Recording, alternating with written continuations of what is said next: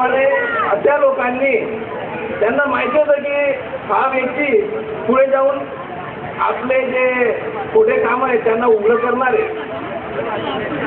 म्हणून अशा लोकांनी त्यांच्यावर पोलिसांचा सहकार घेऊन काय सर्वजण जाणतात ती वस्तूचे पोलीस म्हणजे काय आणि तुमचं थोडंफार घेऊन तुमच्या विरुद्ध पण करू शकता, माझ्याकडून घेऊन तुमच्याकडून घेऊन माझ्या विरुद्ध. तर त्याप्रमाणे माझ्या समोरची गोष्ट आहे की त्याच्या विरुद्ध जे काही केस झाले तो झोपलेला असायचा घरी. नंतर 8 दिवसांनी पोलीस त्याच्या घरी यायचे की चाल तुझ्यावर एक केस झालेला आहे.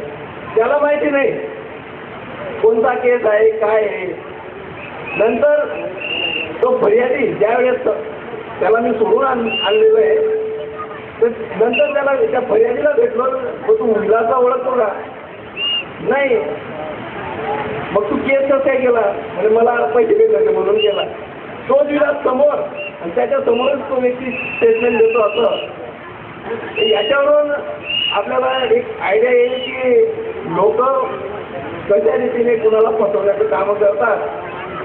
कारण माहिती आहे लोकांना की हा एक पक्का कठीण रोड आहे जो जिथे ज्या ठिकाणी पडेल त्या ठिकाणी जे छोटे व्यक्ती त्यांचा नाश करणार. विलास भाऊ हे सर्व निस्वार्थ त्यांनी सेवा केली. आपल्याला एकच गोष्ट घडी घडी सांगणे त्याच्यासाठी येते. मी रात्री 11-12 वाजता त्यांना फोन केला आहे तर त्यांनी काय नेमकं उत्तर दिलं मला.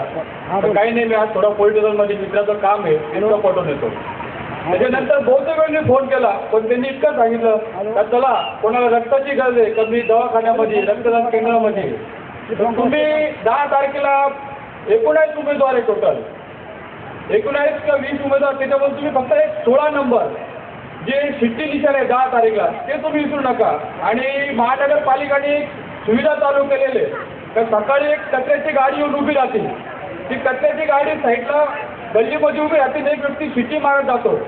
तर जसं ते सगळं आपण घराचा कचरा आणून त्या गाडीत टाकून देतो तसं विलास भाऊचे शिट्टी जरा वाढली तर तुमचा जो कचरा आहे या वार्डामध्ये तुम्ही आत्तापर्यंत बघितलं असेल जे कॉर्पोरेटर आहे आता तर खूप कठीण आहे पण तुम्हाला 5 वर्ष तोंड दाखवणार नाही. तुम्हाला काही गरज पडली तर सकाळी जा, सकाळी फोन करतो, संध्याकाळी तुम्हाला त्याच्या घरी बोलवलं. तुम्हाला ही गोष्ट तुमच्यासोबत घडणार नाही.